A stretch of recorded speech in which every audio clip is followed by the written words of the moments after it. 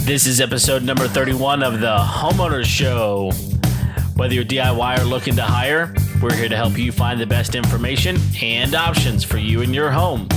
My name is Kevin Hackett, and here with me is Craig Williams. Hello, and welcome to the Homeowners Show. We are excited that you could join us today. It is a good day to be on the Homeowners Show. How you doing, Kev? Man, I'm doing good. How are you? Man, I'm doing all right. Just all right, huh? Yeah. Nothing. You get nothing. That's what we're gonna go with today. Just I got something, but it's just making me angry. Okay. Well, yeah. Can I vent on the audience? Well, you can. Yeah, sure. Why not? Yeah. So if you go to our social media page, you'll be able to find a picture of my wife standing underneath a tree. I had one of my hives swarm day before yesterday. Which, for those of you that don't know, when a hive swarms, that tons of bees exit the hive and form a ball around a new queen as they leave your property. And these particular bees decided to taunt me by going 45 feet up a tree right next to my hive and just sitting there and staring at me. Huh. So I spent like a day and a half trying to figure out how to go up this stinking tree and get them. Did you try to climb it? I did. Oh, how far did you get? Not very far. Tarzan, I am not. I'm not ashamed to admit that I got scared. Somehow you're closer to Phil Collins than you are Tarzan. Yeah, definitely. So anyway, I finally figured out a way to get these bees down. Okay. And which required a trip to the big box hardware store. Oh, you rented a cherry picker, right? No. So my ingenious plan. So I called some bee professionals and I got all sorts of fun advice. My favorite, by the way, was, why don't you shoot them down? Shoot them? Yeah, shoot them. Like, shoot them down. Like shoot the very top of the hive and let it fall. Yes. That sounds like a terrible idea. And have fun with YouTube, because you can go find this. What? Yes, people do this all the time. Like, they shoot hives down out of, like, when they're too high, people just shoot them down. Well, then they're going to fall and break and go everywhere. How are you going to Okay. I don't know much about bees, but I feel like this is a bad idea. It could be a fun idea. Maybe. Well, depending on what your idea of fun is. Adventurous idea. I mean, but sure. I didn't do it. So, but it was an interesting. So what did you do? It was recommended to me as the redneck solution. Well, so you're suggesting that what you did wasn't the redneck solution? No, it was close. I mean, it was like a cousin of the redneck. So, no, I mean, where I ended up was I attached a 5-gallon bucket to a 10 feet piece of conduit. Oh my! And so I was like, well, it's thick enough conduit so I can stack the conduit. And so I had 30 feet of conduit. Okay. Because it was 40 feet up in the air. Okay. 45 feet up in the air. And it didn't like bend all the way over? It wouldn't bend like spaghetti, basically. Okay. And so that wasn't quite long enough, but I couldn't hold 40 feet of conduit. So you tried. I admit nothing. So I needed to get up a little bit higher, and I had a 12-foot ladder, and the 12-foot ladder wasn't quite high enough, so I was going to put the 12-foot ladder in the back of my pickup truck and hold the 30-foot piece of conduit, and then put the bucket over the swarm, and then hit the branch, and then knock the hive or the swarm into the 5-gallon bucket, bring it down piece by piece, and then put them back into a hive box. That sounds like a terrible idea. Let me hear your idea. My favorite part was the part where you're going to put the ladder, the 12-foot ladder, not just the 12-foot ladder in the back of your pickup, and then go up this thing. Yes. Was it an A-frame? Yes. Ladder? Yeah. Okay. Well, that's at least a little bit more stable. I'm not saying it was like the best idea or like the safest idea. I'll tell you what my idea is. Uh-huh. My idea. Yeah, that's all I got. I don't have an idea, but this sounds like okay. So you got started. You did this, and it took me like 20 hours to get to like this point. I mean, like you've invested a lot here. Yes. And so like I finally get like, and let me tell you, like, honestly, the hardest part was getting the bucket attached to the conduit. Okay. That was the hardest. Duct tape. No. Oh. That's not how I did it. I saw some other guys do it that way. I was trying to move faster because I didn't have time to like wrap tape around all this stuff. Okay. So yeah. So anyway, by the time I got the bucket attached to the conduit, I got out there with all my materials, my bee suit and all this stuff. Like they'd left. So you're telling me they just left? They were gone. They're gone. Yeah. Oh, and like there's nothing you can do to like, sometimes they'll sit there for 4 days, sometimes they'll sit there for an hour. There's no predicting it whatsoever. But 20 and a half hours was too long. Yes. Yes. What happened is like it had been hanging out in like in the 40s and the 50 degrees. I don't know why they swarmed. They typically don't do it when it's that cool, but they got up there and they got cold. And so they were just holding on, just waiting for it to get warmer. Well, that afternoon it peaked up to like 65 degrees and they started feeling good, I guess, and they just flew off. Out. Yeah. I feel like Julie from our beekeeping episode is just laughing at you right now. I called Julie and she did laugh at me. Well, I guess live and learn. She is like a swarm gladiator. Okay. She gets aggressive with the swarm. She'll go get one down and like, because it's free bees. Sure. I told my wife, I mean, like, if there was a $500 bill up in the tree, wouldn't you climb up there and get it? And she's like, yeah, but that $500 bill wouldn't sting me. Well, probably. But these were your bees that you paid $500. Yes. This isn't a free $500. This is a $500 that you're losing. Let me be clear. I did not pay $500 for these bees. But they're worth $500. They're worth $500 because I reared them for like 2 years. And they're like your babies. Yes. They're in their terrible twos right now. No, they're like a freaking teenager that's disrespectful and not listening to me.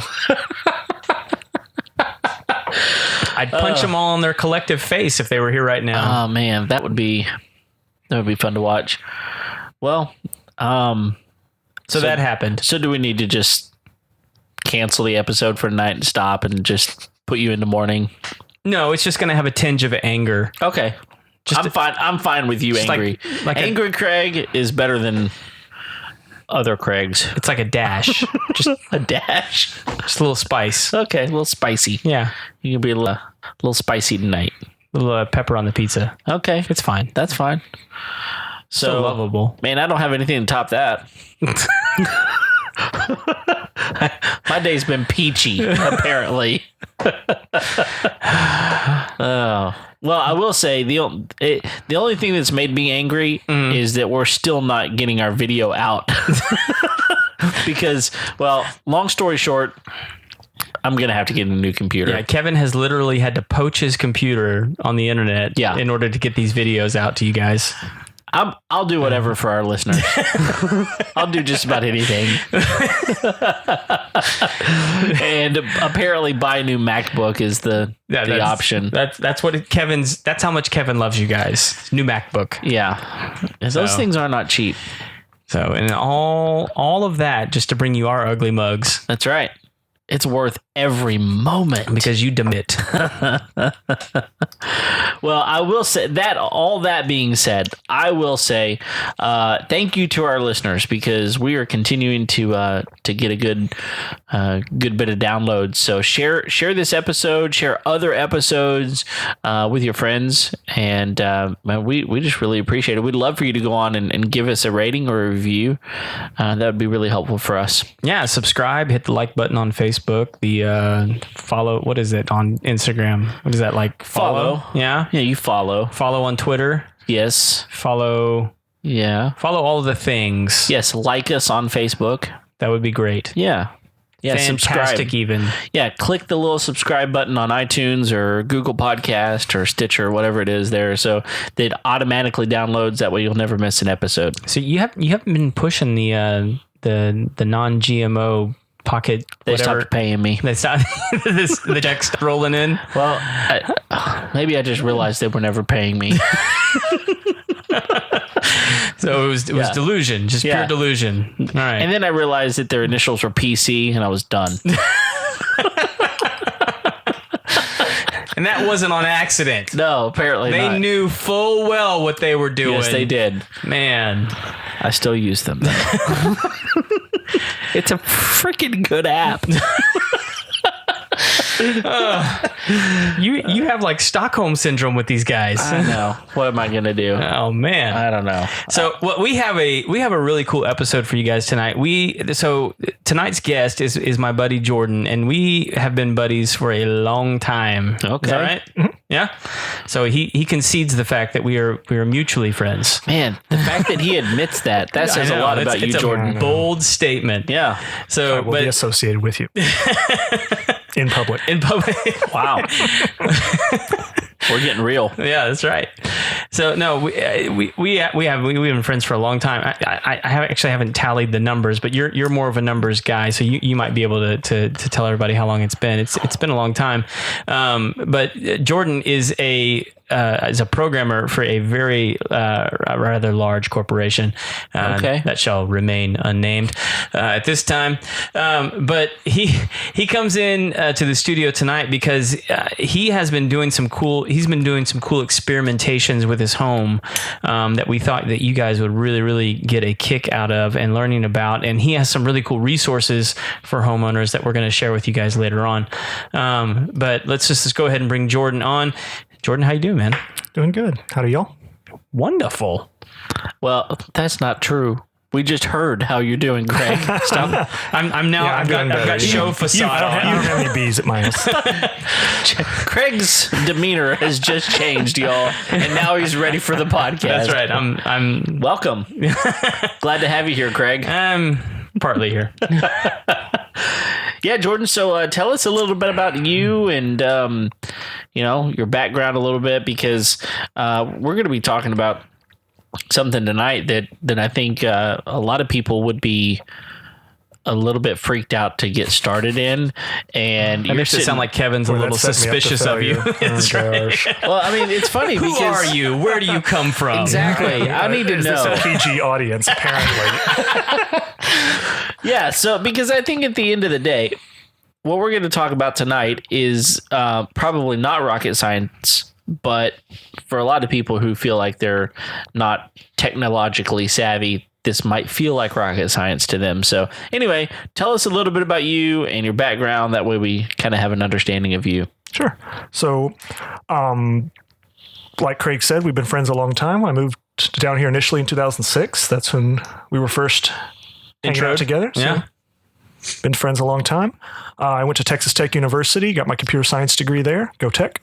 Go Tech. Are they still playing basketball right now? They are going to continue playing basketball all the way through Monday because they're about to take Michigan State down. Wreck 'em Tech. Jeez. Let's go. Big Red. The Masked Marauder is coming through the basketball court. I don't understand how they can play basketball when they don't have any trees taller than like 3 feet. You know what? All the haters. That's fine. We got plenty of concrete. That's fine. I heard that Texas was also playing in the championship. But Texas is the NIT. So congratulations, people. What's the? I'm completely the dumb. NIT. That's the not in tournament. It's the not in tournament. The grand champions. Is that the? Well, we really derailed. Thank you for starting. If you do, people apparently probably didn't know that I'm a big Tech fan. So that probably turns a lot of people off for me, and that's fine. This is our one moment of glory right now, and we're going to ride it as long as we can. Absolutely. Yeah, because you guys aren't celebrating the Kingsbury train anymore, right? Well, okay. No, sadly not. That didn't end up working out. There was a dark cloud that just came through the studio, y'all. He will forever be in infamy at Texas Tech. Nobody has ever thrown more touchdown passes in the history of college football than Cliff Kingsbury. So it's 98, by the way, 98 touchdown passes. But that's okay, Justin. That is Jordan. Sorry, I just called you Justin. Yeah. Jordan, that is not why you're here. So let's get back on track for a moment. Graduated from Texas Tech Don't hold it University. against him. Right. He's all thrown off by the Kingsbury comment. Me too. Sadly, he was there. He graduated the year before I got there. Oh, okay. So I got to see missed everyone him. else. I didn't get to see him. Man, he's so pretty. Yeah. Anyway, all right. So yeah, I got my computer science degree, and I'm a professional programmer. So I write software in a whole lot of different languages with different technologies at work. I'm currently, the close title would probably be cloud solution architect. My job is to help move applications and put them in the cloud. So I figure out how to redesign them and what should we do to modernize them. Okay. Cool. But for fun at home, because I'm a nerd, I still like to do programming at home. And the programming at home is a lot lower pressure and it's a lot easier. And I can just kind of piddle with it and play with it and work on it for a few hours, then ignore it for a week and then come back and look at it. Okay.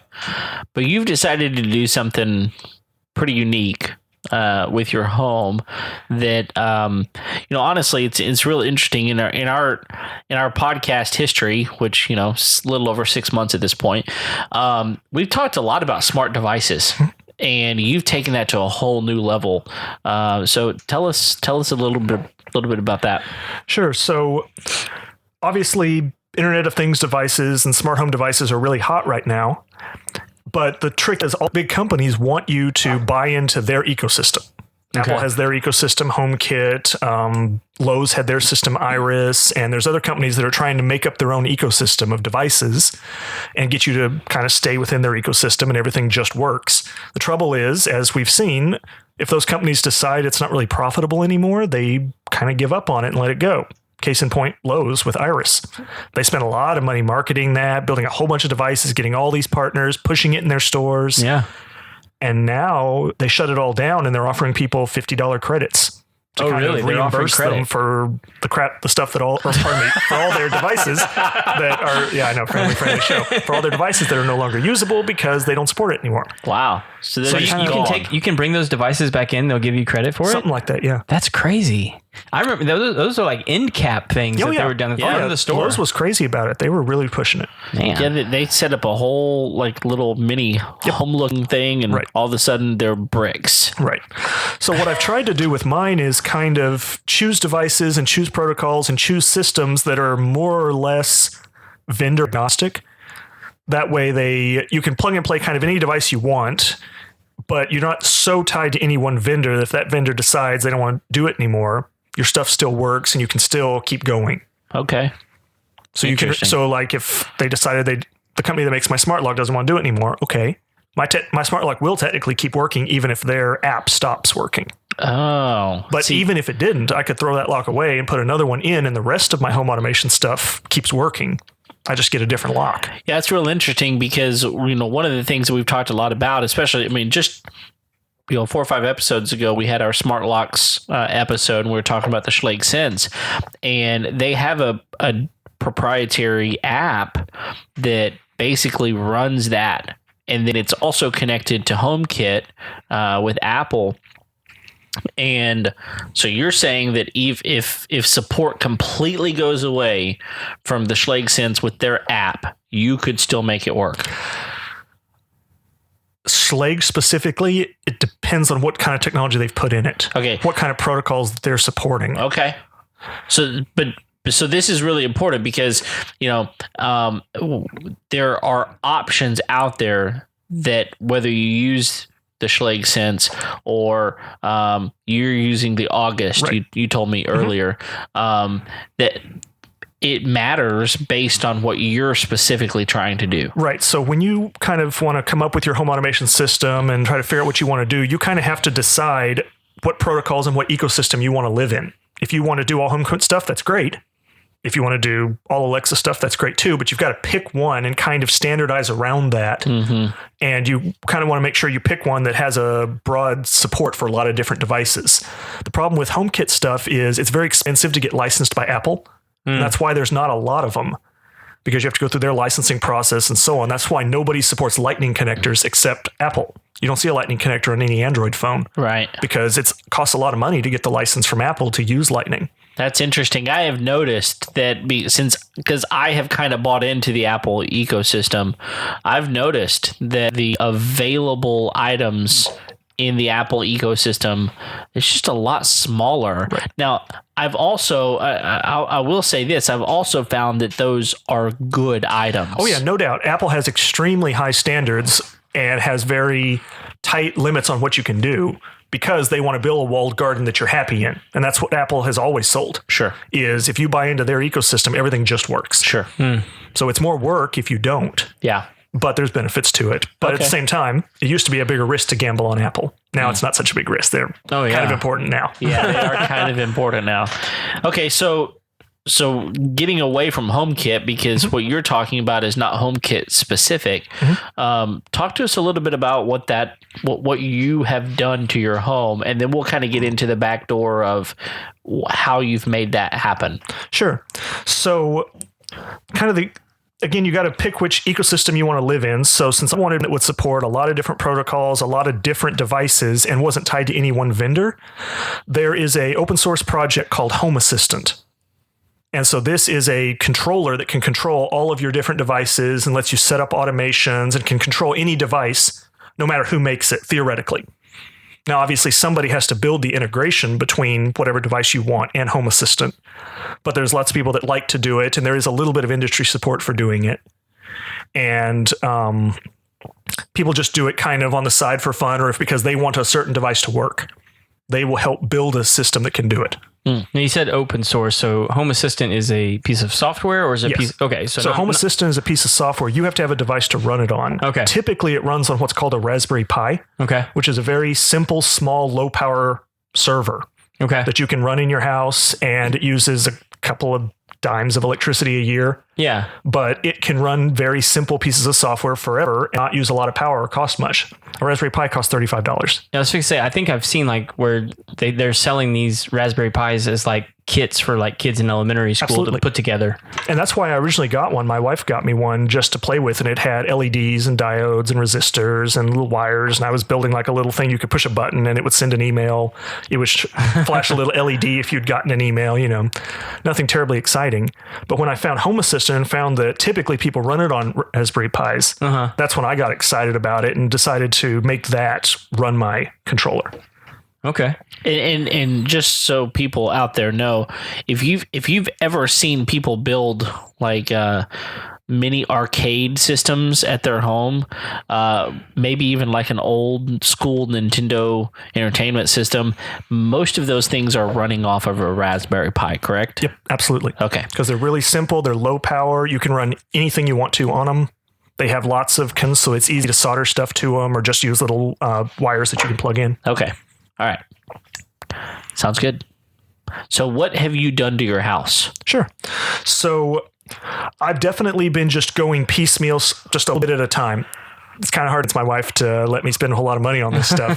She wants me to, buy diapers and things. It's one of those things. Pay the taxes, whatever. Come on. You have a kid though, right? Yeah, I have 3. Okay.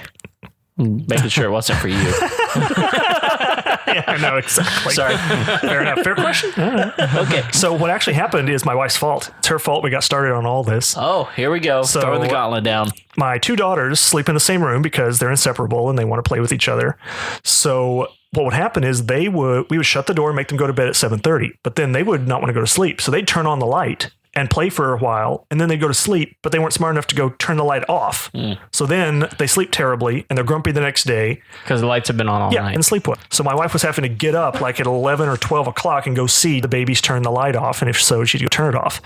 And she was complaining, saying, God, I hate having to walk up the stairs every night and go check this. Well, sweetie, if you let me spend a little bit of money, and that's only being slightly facetious, but if you let me spend a little money on it. It went down a little bit. Yeah. Baby, I can fix that for you. Exactly. So to spend a little money on this, I can make that work. So that was kind of my first automation. So what I did was I got Home Assistant and I got 2 Z-Wave switches. And I'll talk about those in a second, but 2 light switches. And so I turned the breaker off and I replaced the switches in their room with these Z-Wave switches and hooked those into Home Assistant. And I made a little automation that says, if it's after 10:30 and the lights are still on, send an alert to my phone and my wife's phone, and it'll say, do you want to turn them off or do you just want to ignore it? And so it's kind of this cool, simple automation. Sure. It only works inside my house and nobody else would ever care, but it worked for us and it was really interesting. And I had a lot of fun getting to play with it and learn how to make it work. And your wife didn't have to walk up the stairs anymore. Ding, ding, ding. That's right. Okay. So she was very excited about it. So I've gotten her excited in this more and more over time. So I've done other ones like I've got it set up so that 1 hour before sunset, all the lights outside turn on. And then 1 hour after sunrise, all the lights turn themselves back off again. Okay. You could do the same thing with just light sensors, but you got to keep the thing on all the time. And depending on the weather, it may or may not turn on, or it may be on all the time. So this lets me kind of control that. And it's possible that you're even using more electricity on some of those sensors than what the Raspberry Pi is utilizing. So you're saving money here too. That's the idea. And then I've got other ones like I replaced the outlets in my downstairs that are plugged into all the lamps, or the lamps are plugged into the outlets. I replaced all those with Z-Wave outlets. So now I can push one button on my phone I push one button to turn them all off. But the more fun automation was when I pull up in the driveway, the door unlocks and all the downstairs lights turn on. That way, when I come home and the kids are screaming and yelling and the dogs are barking and I have to get everyone in the house because the mosquitoes are flying into the house, I don't have to fool with the lights. I just walk in and all the lights are turned on. It's great. Okay, cool. So there's some fun, simple automations you can do that I found very helpful. So that does that automatically. You don't even have to press a button. That's right. Now I have the buttons to do all of those things, but those are kind of the fun automations you can do, which is take advantage of exterior knowledge, like a web service that says it's sunrise or it's sunset, or the lock that detected that my phone had gotten close enough to the house. Okay. So you're using other things to make it smarter almost. Definitely. Mm-hmm. Okay. So what are the different applications that you're using to integrate all this stuff? Sure. So Home Assistant more or less is a totally self-contained platform. So it has extensions and it has modules for every common home automation thing that's out there and every common device. And it also has things that let you easily build those automations I was talking about. And it already has links to a bunch of different web services that people commonly want to use, like what is the weather, or when is it sunrise or sunset or whatever. Okay. The only other ones that I've specifically installed is actually a really fun one called Pi-hole that blocks all the ads in my house. That thing is awesome. You all haven't heard of this? No. This is awesome. I've heard of shut your pie hole. I've heard that more than once. No, it's not that. In my life. He gets told that quite often. But the Pi-hole will change your life at home. So everyone hates ads on the internet, and we install things like AdBlocker Plus as a plugin to our browser. Yeah. But obviously the companies can detect when you do that. And they'll either not load the site or they'll pop up a little window saying, hey, we're ad supported. You need to disable your pop-up blocker. Well, nobody's going to do that. I know the internet's supported by ads, but I'm not going to support that. I'm going to let dumb people support that. Or ignorant people, whatever. So what you can do is ignorant in the ways of blocking the ads. The entire audience. Yeah. You can cut that part out. I'm sorry. We're leaving it in. I need to shut my mouth. Stay. I know. Yeah. It's all about education. That's right. I don't want to see any ads inside my home, on my phone or on my wife's MacBook or on the TV or anywhere else. I don't want to see the ads. So I pay for like Hulu's version that doesn't have commercials. Sure. Pay for Netflix so I don't have to watch ads. I don't pay for cable so I don't have to see ads. But my internet browsing, I don't want to see any ads either. But I can't install AdBlocker Plus on everything, and it doesn't block everything, and websites don't like when you do that. So instead, what you can do is you can install this piece of software called the Pi-hole.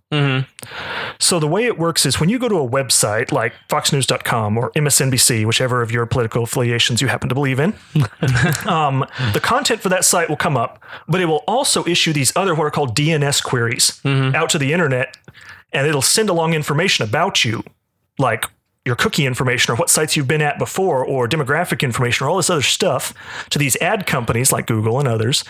And they will serve back an ad that they think is relevant to you based on the demographic information they received. Well, I don't like the privacy violation associated with that. And I don't like the tracking associated with that. I hate that I go on Amazon and look at something and then I see an ad for it on every website I go to for a week afterwards. Yep. Well, if I didn't buy it then, I'm not going to buy it now. But so what it does is when you get that content back from the website, the ads come along with it, but they're separate because they came from a separate company, a separate URL. They didn't come from foxnews.com. They didn't come from MSNBC. They came from doubleclick.com, which is Google's ad platform, or actually 185,000 other ones. There's a huge number of these things. So what the Pi-hole does is every time you issue a query inside your network for a certain website, it will let that query go out. But as soon as it sees all those other queries that match a blacklist of all the bad ad sites, it just kills the query. It prevents it from going out of your network. It's like your browser failed and the query never gets issued. The ad company never sees the request, but all the content from the site goes ahead and pops up. So you can see the whole thing, but you just see like a little blank white rectangle where the ad was supposed to be. Interesting. And it doesn't matter which device you're on inside your house. They all work the same way because they all go through your router, which is connected to the Raspberry Pi. And it prevents all those queries from ever leaving your home network. So when I look at the stats on the Raspberry Pi, 25% of every single query in my house was supposed to have been an ad. And not a single one ever showed up. So it cut my internet usage way down. So I stay under my data cap limits from Comcast. And I never see an ad. My kids will never know what an ad is.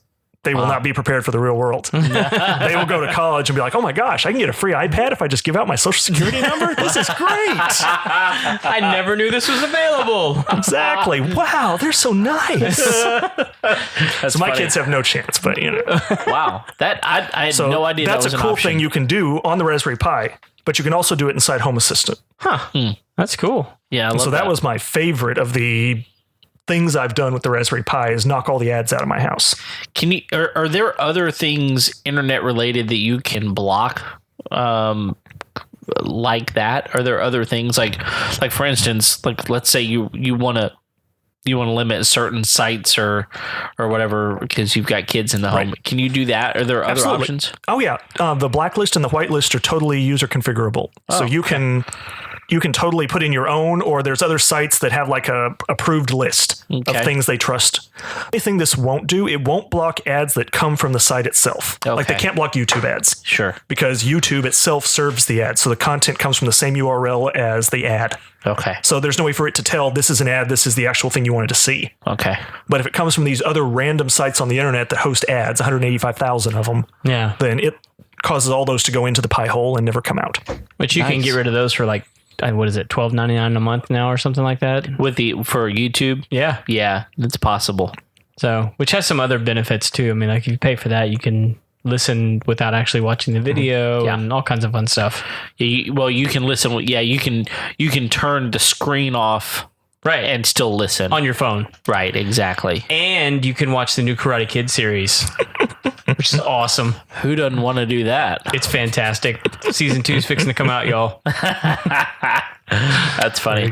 Well, this is really interesting stuff. I mean, you're talking about taking basically any smart device and connecting it differently than what these companies have told us. This you have to connect through HomeKit or through Alexa or whatever it is that you're using, Iris for example, and then they stop supporting it, or maybe they just drop that thing. For example, let's say that all of a sudden HomeKit just decides Schlage Sense, I'm done, and they just drop support for it for whatever reason. It's not that Schlage did anything wrong.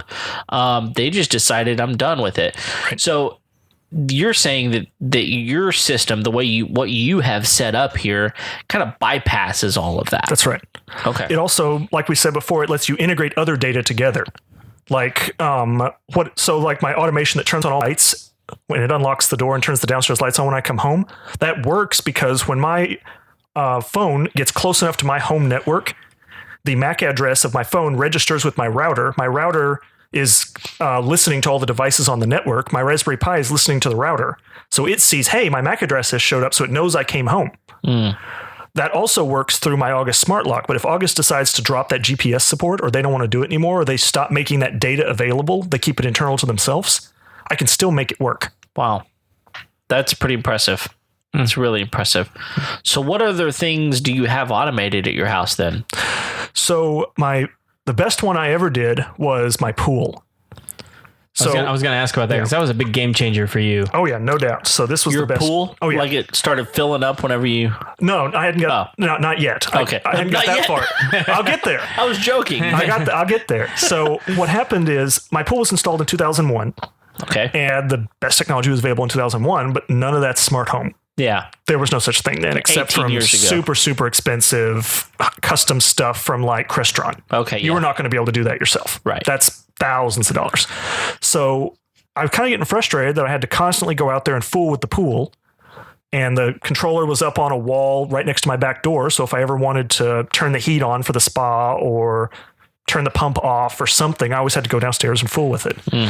So I was looking at it, and the company that made my pool controller, they sell a brand new PCB board that lets you control it all from your phone. It's Wi-Fi enabled and it's really slick and snazzy, but it costs $800 to replace, and they will not sell it to you as a consumer.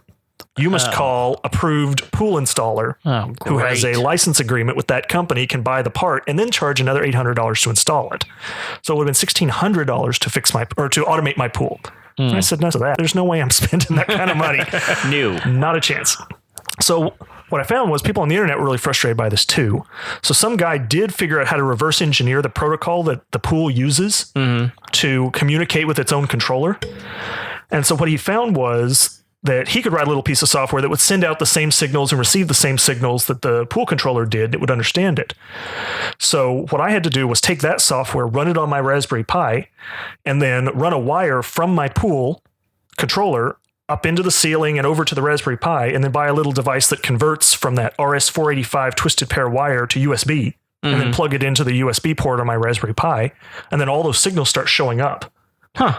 And then in the Home Assistant, I was able to link that little program that guy wrote with Home Assistant. So now I see my pool filter, and I see the water temperature and the waterfall and all that stuff. And I can turn them all on and off, and I see them change, and I can see how hot or cold the water is and all that stuff that I should have spent $1,600 to do. But instead I did it for $15. $15? Yeah, on Amazon. You know, they don't let you buy a small spool of wire. I only needed like 100 feet, but I had to buy a huge spool. I only needed like 35 feet, but I had to buy 100 feet of wire. Wow. So I've got all this extra twisted pair wire I can't do anything with. I'll come up with something. Wow. And then this little doohickey that converts from the twisted pair wire to USB. A doohickey. Is that like the cousin to the Schnoozenbowser? I'm just wondering. Exactly. You know. Schnoozenbowser is a totally different category. It's a whatchamacallit. Okay. Yeah, it's a whatchamacallit. What? Oh, okay. So we can sell those too. Yeah, they're in the widget family. Yeah. So that was actually my proudest accomplishment, was that pool controller. Not that it's the thing I need more than life itself, but because I did it so cheap. Wow. Well, yeah, it's like sticking it to the man. Oh, yeah. I mean, the man happens to Luckily, be my pool is so far out of warranty that I can't void the warranty. So there is that, right? Yeah, you may be want to be careful with this if your stuff is under warranty, because I'm 100% certain that company doesn't like what I did. Okay. But, you know. But at the same time, you're going, feels really good. Yeah, you know, it's the same with all DIY stuff. I mean, you can always pay a professional. And sometimes you absolutely should. Yeah. There is some stuff you should not do yourself or can't do yourself. You're not going to have the right parts. You're not going to have the years of expertise it takes to do it. But for simple stuff, you can do it yourself. I can replace an outlet in my house. Yeah. I don't have to call an electrician to do that. Now, if it's some weird thing like in my bathroom where we had to, the GFCI switch kept tripping, I'm not going to fool with that. Sure. No way. And the electrician had to do all kinds of stuff to deal with whatever the guy before him had done. And I wasn't going to touch that. That guy. But simple, replace a switch, replace an outlet, replace a toilet, replace the backsplash. That's stuff that I'm comfortable doing. Yeah, but I hear you saying all of those things, and I don't disagree with all of the things you just said, but you're talking about some spool of wire that you randomly bought on Amazon that connected to some USL thing that plugged into the pie in the hole, and all of a sudden I'm wondering who's on first, and I'm completely confused. See, that's the trick. No one's on first but me. That's the problem with a lot of. That's why a lot of companies haven't done more than they've done, because it has to be very custom to your house, and either they have to support it or you're going to have to support it. So you're just telling me that this works for your house it's going to be a little bit more difficult for me, only because my house is different than your house. Absolutely. So, for instance, the smart switches, almost all of them require a neutral wire. And the reason for that is the wire that's coming from your breaker, one of them is hot all the time and the other one's not. I can't remember if it's the line or the lead. One of those two is always hot. The other one's not. Right. But in order for the Z-Wave antenna to be broadcasting a signal inside that switch, it needs a complete circuit of electricity. Sure. And so the one hot black wire and the neutral wire provide that circuit, but it doesn't provide enough power to actually turn on your light. So they do now sell switches that don't require a neutral. And so a lot of old houses don't have a neutral. Right. But if you don't have a neutral, you have to know that you need to get a special kind of switch, because you can't just not plug it in. Or you can't like Jimmy this. At this point, you better call an electrician and have him do it. Are the newer ones like that don't require the neutral, are those significantly more expensive? I don't know. I've never looked, because so far everything in my house has had a neutral. I mean, your house is fancy with all the neutral wires. Yeah, everything built since like 1990 has it. My house was built in 1991. Okay. And so it has those, but if your house is older than that, it might not. Yeah, Depends on I had what a the house at one electrician point did. that only had 2-prong outlets throughout the entire thing. So did my had no dad's. ground, and the cable company would not install cable unless I had a grounded outlet. Oh yeah. And so, I had to, I was like, well, what if I just, because you can just jumper that thing, right? It's possible. But not when your not house a good burns idea. down, your insurance won't pay for it. Exactly. So anyway, all of that to be said, it does matter the way you do this. Absolutely. You have to customize all of it to your situation, what you're comfortable doing, and the situation inside your house and the other devices you want to connect to it. So how do I do that? How do I, this is... Well, that's why you'd want to do it piecemeal. You don't want to go out and buy 1,000 things based on my recommendation and then none of it works in your house. Okay. You want to buy one thing. Like the first thing I did was buy one Z-Wave switch and then see, well, can I figure that out and make it work? I'd replaced switches before that went out, but this was different because of the neutral. Most normal switches, like the little thin ones, don't ever use a neutral. So why Z-Wave? We haven't talked about Z-Wave. So when you see a lot of the devices on the when you see advertisements for them, they always talk about how easy it is to get started. And so they all support Wi-Fi. Yay, woohoo. We all have Wi-Fi in our house, right? Yeah. That's great. The problem is Wi-Fi is a very heavy-duty protocol that's really meant for large amounts of data, like streaming Netflix or using your web browsing or whatever. And your router's really designed to have tons and tons and tons of devices on them.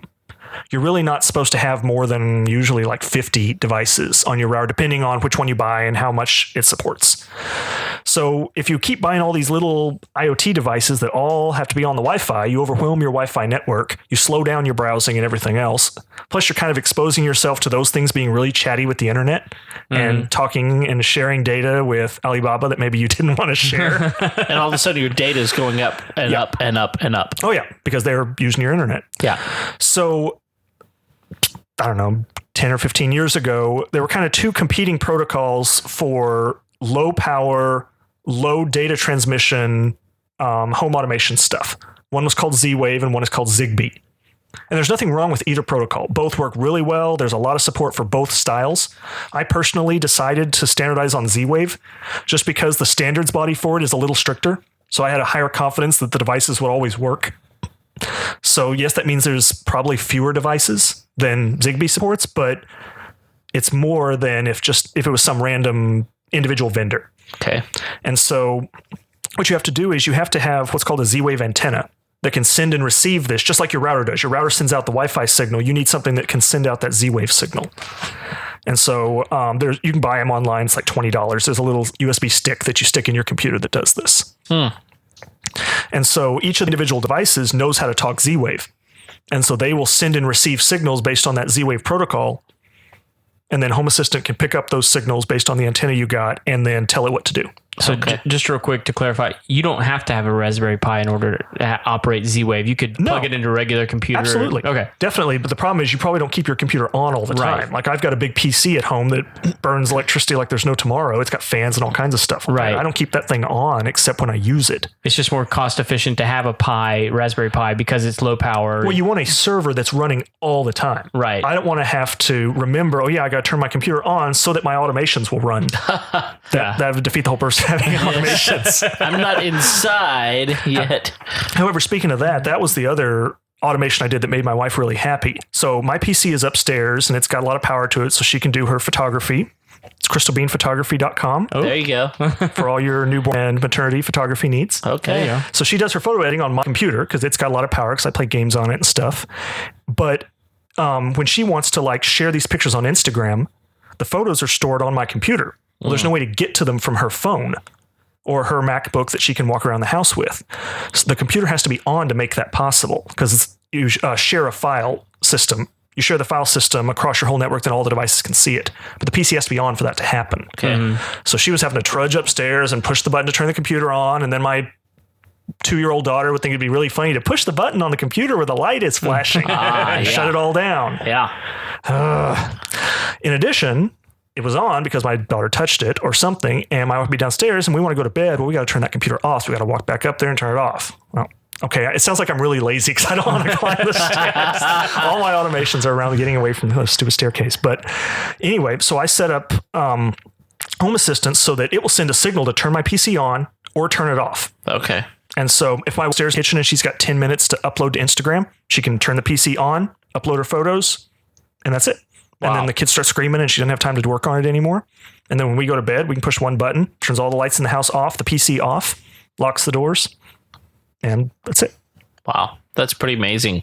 So again, it sounds like everything you're talking about is fantastic. I would love to be able to do that. And so you have started a process to help us figure out how to do this. Definitely. So I've started a blog, DIY-smarthome.com. And so there I'm going to kind of chronicle all the things I've done, the decisions I've made, why I made those decisions, and all the code required to actually make it work. So theoretically, you can just copy paste from mine and you'd be able to do the exact same things I've got. Oh, perfect. Theoretically. Now, again, with all caveats, I'm not going to support anything you do. And it has to be customized to your house. If you buy something different from me, I can't promise it'll work. Sure. Theoretically, it ought to. Yeah, okay. And we were just looking at it before we started the show, and you even list some of the products that you use. Definitely. I've got links to Amazon for everything I bought because I bought all my stuff from them. Yeah. So you can buy everything I bought. There's nothing secret. Yeah, so you can get it in 2 days. So the trick is just figuring out what you want to buy, figuring out what you want to do with it, and then linking it up. Yeah. So what would be like a good jumping off spot? Would it be talking about like a light switch or like an outlet or something like that? Those are really easy, assuming you are comfortable turning the breaker off and unscrewing the wires and figuring out which one's the load and the line and then the neutral. And right. Not unscrewing the wires from the breaker, but unscrewing the wire. In the outlet. Right. So in the outlet box. Yeah. In your 1-gang or your 2-gang box. Okay. Take the old ones out and put new ones in. The Z-Wave ones are almost always the big paddle ones, and I have the old thin switches. Mm-hmm. So slowly I'm replacing those as I go along. And honestly, that's on some level, we don't want to get too simplistic. We don't want to be responsible for you doing necessarily anything at home. However, absolutely. Call an electrician. Yeah. I'm going to say that a million times. I am not liable for any of this. Call an electrician. It's almost as easy as looking at the switch that you're taking out and repeating that. That is exactly with the switch that you're putting in. Definitely. So unscrew this and screw it in the other one. Right. Definitely. So you will find if you do those little thin switches, they usually don't have the neutral or the ground attached. Okay. They have the load and the line, the two black wires plugged directly into it, and they don't have anything else. So you'll find a pigtail with the white neutral and the copper ground. So it's pretty easy. Assuming that your electrician did a good job and did it that way when the house was built. And there's already some ecosystems that support Z-Wave, right? Absolutely. So you totally can do Z-Wave with other things like ADT, for instance. They're trying to push their home automation stuff, and they support Z-Wave. Okay. So if you buy most Z-Wave products, you can hook it into your ADT system and it'll work. ADT, that's like a alarm system. Yeah, right. But since they're already in your home, they're kind of expanding their market. Okay. And trying to get in and get you to use them as the hub for all your stuff. Which sounds like the mafia. And then of course protect you. They can, upsell you on stuff. What they do is they send their installer to your house. Yeah. It's like, I can put your alarm in, and hey, I can update your lights, and I can do lock and all that stuff. Huh. Interesting. It's not a bad idea on their part. I mean, no, why not? The problem though is they've locked it down. So even though it supports Z-Wave, I have not been able to figure out how to automate it from Duff. So even though it supports Z-Wave, they have locked it down to where I cannot issue a command to arm my security or disarm my security yet. So they have like their own proprietary stuff. They've done something to it to lock it down, and no one has posted a way to reverse engineer it yet. Challenge accepted.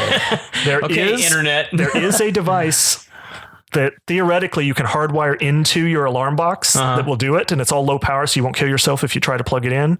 I don't know if that voids your warranty with ADT. I'm sure it does.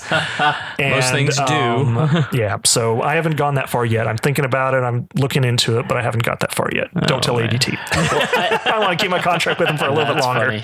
Well, I do think that the thing that makes me feel a little bit better is that while this sounds very complicated, I realize that it's not.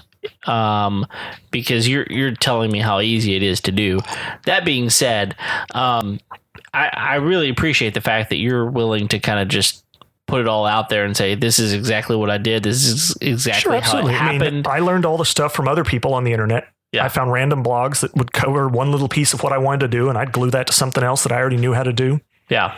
The programming community in general is very free with information and try to post as much as possible because that's how programmers learn from each other. Yeah, that's awesome. Cool. Well, what else have we not covered that you're interested in mentioning? I'd actually be interested to know in like what you're excited about that maybe you haven't been able to do yet. I mean, like what are you what kind of things would you be interested in automating that maybe you haven't been able to yet? So definitely the alarm system, because what I want is when I leave the house, when I drive away and the GPS detects that I have gotten more than 200 feet from my house, I want the door to lock, which it currently does because August supports that. Right. I want all the lights in the house to turn off, and I want that ADT security to arm. Okay. So that's the only automate. I use their app, their proprietary app to click stay home or stay away or whatever. So I don't like that. I want to fix that. Well, how about this? Is there a, because like one of the things that I know that's really big right now is like Ring systems. And what's the other one, Kevin? There's another one, Nest. Yeah. So Ring, I got that with ADT, and it already plugs into Home Assistant. Oh, really? So I can see a live camera feed in the Home Assistant screen that shows me what's on my Ring doorbell. Okay. In addition to, of course, using their app, which does the same thing. Sure. So like, but I haven't got to a smart thermostat yet. I thought Nest would be the right choice, but they've kind of cut off their developer program. They've cut their APIs off, at least temporarily. We don't know if they'll put them back. Right. So I'm kind of leery of investing in their ecosystem for fear they will cut off my access. So the other choices are Ecobee and the Honeywell Lyric, which both support Z-Wave and are more open. Right. Well, that Ecobee 3 Lite, you can go back to episode number 2, I believe it is. Is that what that is? Episode 2? 2 or 3. It's way back there. I bought one. Yeah. Well, we got 2 in my house. We love it. Yeah. So I've been looking at them. I just haven't pulled the trigger on any of them yet. Yeah. Well, but I know it'd be something we'd like, especially for upstairs, because our kids' bedrooms are above the garage and the garage isn't insulated. And so their rooms get super hot or super cold all the time. It's so hard to control the temperature in their rooms. Yeah. So if we could see the temperature in their rooms, which I can get a little temperature sensor and put in their rooms, and then over Z-Wave, it would tell Home Assistant, hey, it's 75 degrees in the kids' rooms. Yeah. And then I could have it turn the AC on. And Ecobee has those options as well. They have their own sensors. Right. But it's great to think that maybe there's another option. If you're going with a system that doesn't have a sensor, you figured out a way around it. The other thing is that would give me a chance to actually solder some things together to build a temperature sensor. I know normal humans would not do such a thing. I haven't got to solder since college, so I want to try that again and see if I can actually solder something. And we're back to Texas Tech. Computer science is part of the College of Engineering at Texas Tech, not the College of Art and Sciences. Sorry, T-SIPs. I can't write program, but I can solder like none other. That's right. I tell you what. Hey, soldering's fun. It's fun. Well, cool. Well, hey, listen, there's a lot of information here, and I feel like there's maybe even just the tip of the iceberg. Oh yeah, in a lot of ways. We need to have you back on my blog, I'm documenting everything I've got. If you go out there now, you'll see the Getting Started guide that gives you 6 articles that walks you through everything required to set up Home Assistant and a Raspberry Pi. It's got links to all the stuff you'd want to buy on Amazon to kind of get started if you want to buy the same stuff I did. Affiliate link warning. They are affiliate links, so I will get a cut if you click on my stuff. Perfect. Why not? Smart. If you don't want to, that's okay. You can just search for it, Google and get that. I don't care either way. Awesome. Yeah. Cool. Well, man, Craig started to say it a minute ago, I feel like there's going to be an episode here in the future where we're going to bring you back in after you've done some more stuff. Sure, definitely. And especially after you've blogged a little bit more and put some more out there. Definitely. Where people can actually learn a little bit more about this, because I think one of the most difficult things, one of the things that you're good at, is being able to go out and figure out where all of these things are on the internet and figure out what's trustworthy, what's not, who actually knows what they're doing, who doesn't. But I feel like for you, you've done it and you're putting it out there. It's like this one-stop shop to be able to kind of have an idea of everything that's working. Yeah. I'm not, so I tell this to people all the time, the old joke that I'm not better at IT than you, I'm just better at Google than you. Because I use Google all day long. So I know what to search for. I tell my wife, she's like, how do you know how to do this on the website? Well, you just Google it. But she didn't even know what to Google. She didn't know even what to do to get started. Well, and if you're not good at Google, just call the Chamber of Commerce. The number is... They'll Google it for you. They'll Google it for you. Or apparently our last Ashley loves Googling for people. As my computer teacher in high school called it. Do the googly. What is it? She called it do the googly. Do the googly. Googly. Yeah. That sounds like a good hashtag right there. And it also reminds me of the old... you remember that commercial... back in the day, where there's an old football commercial, and the guy was responsible for putting the name out on the end zone. Yeah, and instead of Chiefs, he wrote chefs. Great googly moogly. That's great. I'm gonna link that up in the show notes. It also reminds me of my favorite Parks and Rec bit with hey, I looked you up on Alta Vista. That's good stuff. I'm sure that still exists. Somebody bought the domain. Somebody did. Well, listen, Probably man, Yahoo. it's been really good, and I appreciate you coming on and giving us all this information. It's really good. It's something that I think, if you're interested in just having a little fun, and honestly, these smart devices have become a fad, but beyond a fad, they really do make your life a little bit easier. Definitely. And it's kind of fun. Definitely. To be honest. Yeah, I like tinkering with it a lot. Sure. Absolutely. It's kind of like why I like doing home improvement stuff myself. Yeah. I enjoy doing it. Yeah, maybe it's not the absolute best thing that could possibly be done, but I get satisfaction out of it. Yeah. I like seeing it. I like making my wife happy when she says, hey, can you do this? Yes. Yes, I can. I am the best man you know. Yeah, that's awesome. Well, listen, I think it's time for us to move into our next segment, and that is the Final Four. The Final Four. Yeah, so 4 questions we ask each of our guests, and so we know that you're a regular listener, so maybe you've already thought of these well in advance, but here we go. First one. What's the must-have tool that you won't leave your house without? Definitely a Leatherman. A Leatherman. Oh, so you have multiple different ones. I've got 5 or 6 of them. I just keep one in my truck, one in my car, one in my desk at the office. I've got one on my keychain that the TSA tried to steal a couple of times. But I had to send that one back. Yeah, it cost me a lot of money. Stupid me. I keep one in my wife's car, even though she doesn't use it. I use it when I have to drive her car. Okay. I've got a version of almost everything they've sold. Wow. That way I've got them. I've always got them available. I try not to be without them. Okay. Now, I don't do the thing where you put them on your belt. I'm not willing to go that far. I don't put a cell phone on my belt either. But I do have one somewhere near me regularly. Okay. So because it's just so useful. What was like the most unique instance where you needed one? Can you think of it?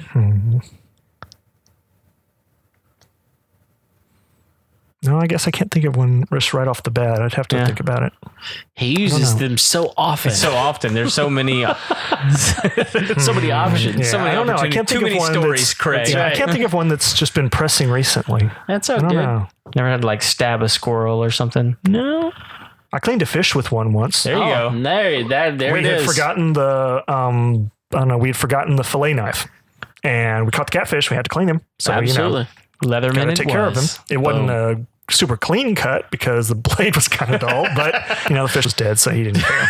That's not Leatherman's fault. They don't have feelings anyway. That's totally my fault. I used it to cut roofing tile or something. And I had dulled the crap out of the blade. It was my own stupidity. That's funny. All right, well, I good. got to resharpen the blade. It looks terrible. I love it. It's my own fault. I love it. All right, well, number 2, what's a job you've walked away from? Ooh, Lordy, I got a good one for this one. Okay. All right, so this was over the Christmas vacation. Like this past Christmas. Oh, yeah. Okay. Definitely. Yeah. So my house was built in 1991, so all the stuff in it is from 1991, including the toilets.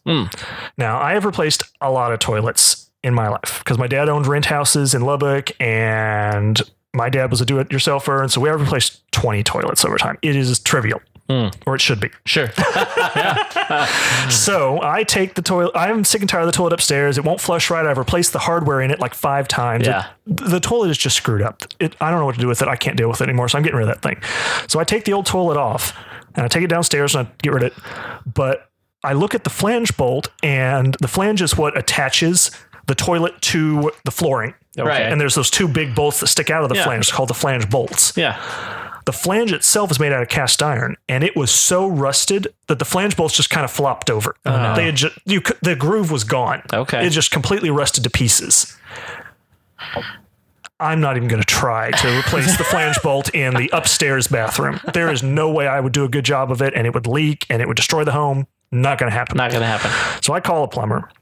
He comes out there and he's like, oh my gosh.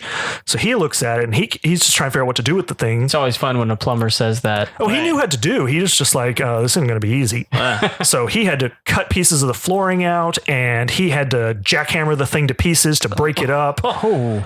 He said, I'm probably going to damage the PVC pipe that it connects to just because there's no way to get the thing off. It's glued on. I'm like, all right, fine, whatever. So of course he did. Okay, that doesn't hurt my feelings. I mean, you have to fix it. So he fixes that thing. But the problem is to get to it, he had to cut a hole in the downstairs ceiling. Oh, my a huge goodness. hole big enough for a man to get in so he could reach up there and replace the thing, or he could, or his buddy could, and then he'd be upstairs fixing the other one. So he finally gets all that fixed. It takes hours. And then he says, you got to go to the store and get some quick set cement and put around the thing to kind of anchor it and secure it after I leave. All right. So I got to do that. Then I'm finally ready. I can finally replace the toilet. We're ready to go. Yeah. I get the toilet out of the box. It's cracked. Oh, no. Oh, no. Some fool at Lowe's over Black Friday when I bought the toilet because I was trying to get a deal, stupid me, cracked the stupid toilet when it fell off the truck. Yeah. So I had to take it back. Well, of course, Lowe's doesn't sell that toilet anymore. No. They sold all of them at Black Friday. So I take it back. I get my money back. They don't sell anymore, so I have to go to Home Depot to get it. I go over there. They don't have the toilet they have the toilet I want, but no, I'm sorry. I forgot a step. I forgot a whole step. So the toilet I originally bought from Lowe's had these smooth sides on it so that my kids wouldn't try to screw around with the bolts. Okay. Because that's really gross and nasty, but they're kids. They don't know what they're doing. They're 5 years old. They don't know any better. It wouldn't fit. The water pipe that comes out of my house was right in line with that smooth side. So the toilet I bought wouldn't fit. So I take that back to Lowe's. Then I get one from Home Depot. It's cracked. Finally get a third toilet. Finally, I get that one. I get it home. I get it installed. Everything's great. But then I have this ginormous hole in the drywall. And I said, there's not a chance. Right. There's no way I can fix a ceiling and make it look good. It's never going to happen. So I pay a guy to do that. Yeah. So I walked away from fixing the flange bolt. Yeah. Not going to happen. And I walked away from fixing the drywall because there's no way I'd do a good job at it. It was So you walked away disaster. twice. Oh, yeah. Total disaster. Cost me a fortune, but both the contractors did a great job. It's not their fault. Yeah. That's just what happens. Home improvement sometimes Sure. They goes just walked into a awry. honey hole. So far, you win number 2. And it's funny that is about a toilet. That's even funnier. Again, a toilet you should be able to do in 30 minutes. It is trivial. Except when it's not. Except when it's not. All right. Number 3. It all goes to crap. That's right. Yes. No pun intended. No, well, every pun intended. Number 3. How do you wind down at the end of a long day? Definitely the first part is I come home and my wife's got a just fantastic gourmet meal ready. gotta She be never nice. fails at it. In 7 years, every meal has just been fantastic. She's never failed. Really just great stuff. I am super lucky to have her. Yeah. Then after that, and I get the kids down, sometimes I'll play a video game on the computer or on the Xbox, or sometimes I'll just sit with her and watch TV. Okay. Not too exciting. No, hey, you know what? Not too exciting can be absolutely fantastic. So Definitely. That's going to wind down in a Shark Tank. No. It's actually That is one of our favorite shows. We do that a lot. an exciting wind down is like an oxymoron, right? Oh, Yeah. definitely. All right. Okay, last question. What's one of the best pieces of wisdom or advice you've ever received? So this one was from a book. It was Dale Carnegie's How to Win Friends and Influence People. Back in the 30s, and it's just got so much great advice and funny stories. Really liked it a lot. But one of his things was a man's name is the sweetest sound in the world to him. So if you remember a man's name, you'll be friends with him forever. But if you forget it, it's to your own peril. Okay. And so I've really tried to make a concerted effort to always remember people's names. I get introduced to someone, I say their name in my head like 50 times. Wow. Which means I'm kind of tuning them out a little bit, which is not ideal, but but I make sure and bring their name up in conversation over and over again so that I don't forget it. Okay. And of course, everyone likes to hear the sound of their own name. Oh, yeah. So I think that that's been very effective and has helped me kind of maintain friendships and get along well with people. Yeah. Well, those first few words that you say to the other person you've just met, they don't matter anyway. They're like, hey, what's up? Kevin's real big into first impressions. What's up with you? Not much. And by that time, you've said it 50 times. Yep. Yeah, it's good. I actually, I did a thing one time where I was telling people that I was working with. I was giving them information on what their names meant. Okay. And because you're right. Everybody loves the fact that their name, don't mess up my name. Definitely. Right. Absolutely. Especially like if you have some like bizarre, weird spelling of your name, you're like, no, my name's spelled with 4 L's in it. Even common names people screw up. People spell my name with an O all the time. And I'm like, what? There's not one Jordan on earth that I know of. I'm sure there probably are some. There's probably some listeners that have that, but I've never met one. Yeah. But every freaking email I get at work, somebody misspells my name. And I'm like, funny. Are you insane? It's in Outlook. It's at the top. It's right there. You couldn't have taken 5 seconds to make sure the name was spelled right? And this is my point. I absolutely do that. I will go and check people's names 3 or 4 times before I send an email just to make sure I didn't misspell someone's name. And it is important. That's the point. Like your name is important. Definitely. And so my favorite one was that I had someone whose name was Tyler. And so I was going through, I was like, man, the name Tyler, it's really special because the name Tyler means one who lays tile, and that is the actual meaning. So if your name is Tyler, now you know you're a professional one who lays tile. I thought that was like the best meaning of a name I've ever come across in my entire life. So Very good. I like it. Well, Awesome. thanks for joining us. Definitely. And I think it's probably about time for us to wind down. Craig, you got anything else? Yeah, if you haven't yet, go ahead and hit the subscribe button there in iTunes, Stitcher, Google Play, whatever it is you're using. YouTube, when Kevin gets a new computer. Eventually. And all of our woes are over with the video. We're still capturing video. We just haven't been able to put it out yet. Exactly. So It's coming. you'll see our ugly mug soon enough. Yeah, we And ugly. Jordan's glorious chin. Lord. Yeah. But yeah, if you haven't yet, go ahead and hit the subscribe button. Follow us on Facebook, Instagram, Twitter, all the places where you can find us. And we just really appreciate you guys listening to the Homeowner Show. You can always find us on Homeowners. What is it? Homeownershow.com. .org. It's not org. Homeownershow.com. Yeah, that's right. And at info@homeownershow.com. There you go. You can reach us there. Send us a little love note. That's right. We'd love to hear from you and leave a review for the show. We've been getting some of those coming through now, so we're happy to hear from you guys. And if you have any suggestions for the show, we want to hear from you guys as well. We've been getting some of those coming in, and we've had some really great ideas that we're gonna run down for you guys. So, anything else, Kev? Man, I think that's it. Just thanks for downloading our episode, and we're available every Tuesday. So until next time, we'll see you later. See ya. All right, thanks, y'all.